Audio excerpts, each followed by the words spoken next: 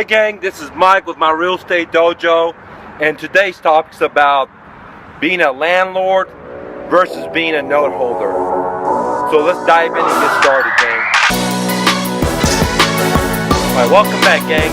Today's lesson is about, should you be a landlord or should you be a note holder, and what is the difference between them and the benefits and the cons, guys. Let's go ahead and get started and go with the landlord situation. I love being a landlord because it shelters me from taxes. It hedges me from inflation. It's a forced savings. And what I mean by forced savings is that I have to put money into it and I can't take it out. It's hard to sell it. It's going to take 30 to 45 or 60 days to sell the property traditionally. So it's a forced savings. So there's a lot of reasons why I like being a landlord, guys. Alright. Now, some of the reasons I don't like being a landlord is that, the AC may break, or the plumbing may go out, or my renters may not pay. Okay, so those are the things I don't like being about a landlord. Now let's talk about being a note holder. The great thing about being a note holder is that now you're the bank. You're just like a Bank of America or Wells Fargo. You're able to lend out money, or not even your own money, like for example in a situation where it's a subject to, where you buy the property subject to its existing mortgage, and you're able to lend out money and sell the home and have buyers in the property that are going to actually have a higher level of responsibility and a higher level of care, and because they have deeper skin in the game, they have more money as a down payment in the property. So what is a note? Let me explain what a note is. A note is basically like an IOU. For example, when you go borrow money to buy a car like this, or if you go buy a house, you're going to end up signing a note to the lender. And it basically says that, hey, you as the borrower are willing to pay the lender X amount of money, X amount of months, and at this much interest. So it's basically like a contract, but a contract is based on a performance in a sense, where a note is based on an amount that's owed, financial amount, okay? So the great thing about owning a note is that, for example, when you do owner financing, okay, as an investor, you buy a property cash, or you buy the property owner financed, or you buy the property subject to its existing mortgage, you could turn around and wrap that underneath mortgage, and then turn around and owner finance it to a retail buyer, and now be the note holder. And in this situation, being a note holder, you benefit from not dealing with the AC breaking, because if the AC breaks, the buyer, in this case, has to fix it. If the plumbing goes wrong, the buyer has to fix it. And if the buyer does not make payments to you, you basically foreclose on the buyer, just like Bank of America does, and take the property back and turn around and resell it to a different retail buyer that will qualify. Now, you don't want to foreclose on them, but I'm just giving you the situation. You really want to work the deal out. You want to make sure they qualify, but I'm giving you a worst case situation, where if you're a landlord, now you have to pay for the eviction, where if you're a note holder, you're going to do the foreclosure. Now, there's three cool things about being a note holder that I like, besides not having to deal with toilets and getting better people in the property that actually have skin in the game, that have care for the property, and they're trying to refinance the property. So three things that I like about the notes, besides that points I just mentioned, is that one, whenever you do an owner financing, you're able to get a large down payment from the retail buyer. 10, 20, 30, whatever. Okay? That depends on you and the property. The second thing I love about a note is that you're able to get a monthly cash flow from the property. Okay? Let me explain to you. Like, if you buy a property subject to its existing mortgage from a motivated seller, and you're the investor, you can turn that property, wrap it around, and sell it to a retail buyer, And not could you not only get your down payment, the large amount, but let's say your interest rate was, let's say your interest rate was 3%, 4%. Now you wrap that note up and you sell it to that retail buyer at 5% interest rate or 8% interest rate, depends on the credit, etc. So you can see the difference between what your underlying note is to that motivated seller, let's say the 3%, and you turn around and sell it for, wrap it up and sell it to a retail buyer at 6%. You're getting that 3% different, which creates you that cash flow. Okay, so you got to pay attention right here because it's very important. In a situation in a subject to, where I teach you how to buy property subject to, where you don't have to use your own money, you're actually using the motivated seller's underlying mortgage. What you do is you buy the property subject to, let's say they have 3% interest, you turn around, wrap it, and you sell to a retail buyer at 6% interest, and you collect the difference. And that's what the phase 2 of why I love notes come from, is because not only do you get the down payment, but you also get the monthly cash flow, which is the difference between the spread between your motivated seller's original underlying note and what you wrap the property for and give it to the seller, which is in this case was the 3%. So you're going to get that monthly cash flow. So that's point number 2.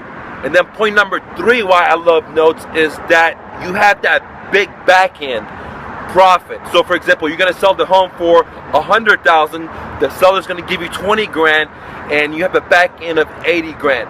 Meanwhile, you're getting the number 2, which is the monthly cash flow, and at the end, the seller's going to cash you out and give you the 80 grand or whatever the principal balance is, depending on when he cashes you out. Okay? And now don't forget, being a note holder, you're not dealing with the toilets, you're not dealing with deadbeat renters, you're not dealing with the AC not working or the plumbing not working, because the retail buyer that bought the property, it's his property, and he needs to fix that stuff up, which is a great reason to switch from being a landlord into being a note holder. Now, I love being a landlord because, again, it saves me on taxes. You know, I have a couple of businesses. It protects me from inflation. Okay, it hedges me against inflation. It's a forced savings. Okay, I love buying property subject to, because I'm able to step into the seller's shoes, and he's already made, let's say he's been in the home for 6-7 years. He's already made 5-6 years of payments on the property, so he's actually paid a lot of the amortization interest. And when I step in the loan, now when I start making payments, I'm paying more of the principal reduction instead of the interest. So I love that part about it. There's so many reasons why I love being a landlord, but at the same time, it does have its headaches being a landlord, dealing with the deadbeat renters that don't want to pay, the ones that know how to, professionally deadbeat renters that just want to get something for free. I don't like dealing with the court systems, because in Texas, I feel like the judge is more in favor of the renters instead of the landlords, and going through the evictions. So it has its pros and cons. I'm not complaining being a landlord. I love it. But I just want to let you know that, holding property costs money. Where if you're in the case of being a note holder, well, your paper, which is that little note, is not costing you money. It's not being a liability. It's actually putting money into your pocket. Where if you're the landlord and the AC goes out, then see, now that property that was an income producing and now it's becoming a liability. And the way I teach you is to decrease your chances of having that liability because of the cash flow you need to have. But still, see, it goes from being really good to being a, hey, okay deal. Or if the renter is not vacant and the property's vacant because the renter's not there, or you evicted them, now that income producing asset has now become a liability. And sure, you could offset that from your previous income. But see, if you're a note holder and something goes wrong, like the AC, that's not your responsibility. The only problem you're going to have is if the buyer does not pay, then you have to do the eviction. Not the eviction, the foreclosure. But on the other hand, that's not a bad story. The sellers has already given you a large down payment. You already made months and months and months, if not years and years of monthly cash flow. Now you go to foreclosure, you take the property back, and you turn around, be a landlord again, or B, sell it traditionally, or C, use a flat fee MLS like what we do at Plug-in Realty, or or you'll go ahead and try to resell it through another owner financing process and create a new note. All right, gang. So this talk was about the difference between a landlord and being a note holder, and the benefits of each, and the cons and pros of it. I personally love being a landlord, and I personally love holding notes. And I think 2016 and moving forward, I'm going to focus on being more of a note holder instead of a landlord, even though I am going to do landlording because it definitely saves me a lot of money because of the taxes. Not only do I get depreciation, but I'll also get the interest that the renters are paying, and I get the deductions for it, even though I didn't make the payments for it. So I love that aspect of the business, but again, I don't like dealing with shit breaking and vacancies, where in this situation I have a piece of paper and doesn't have all the headaches and elbow sweat that's required, and if they don't pay, I just hire an attorney.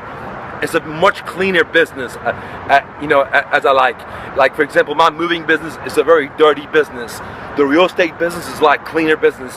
Being a landlord is clean business compared to the moving business, but it's still a dirty business. And being a note holder is like being a banker, and you just relax. Alright, gang, if you feel like these videos has helped you out, if you feel like I actually give value to your life, please share these videos, please like, please comment.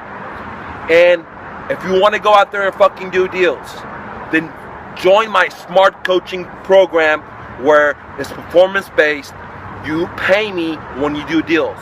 So listen up, I have a vested interest for you to succeed. If you don't do deals, I don't get paid. So I want to make sure you fucking do deals. Now, there's a small enrollment fee, and the reason I've done that is to discriminate between the champs and the champs. I'm only going to put my time into the champs. I don't have the time and energy to put into champs. I love you guys, but I just can't, because you're not going to do what's required. You're going to quit.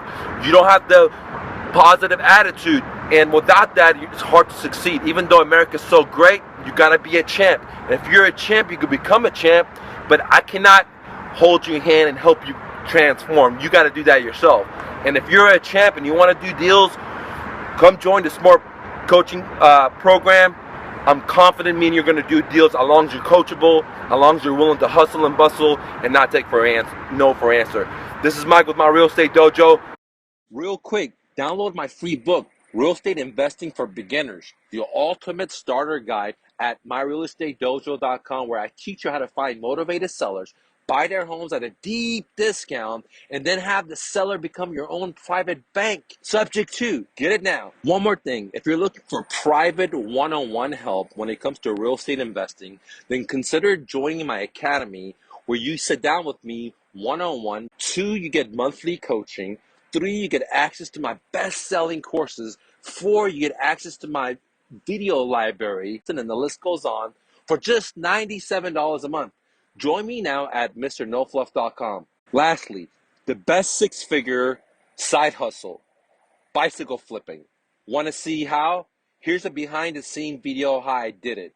Go to thebestsidehustle.MrNoFluff.com. Now let's get back to the content.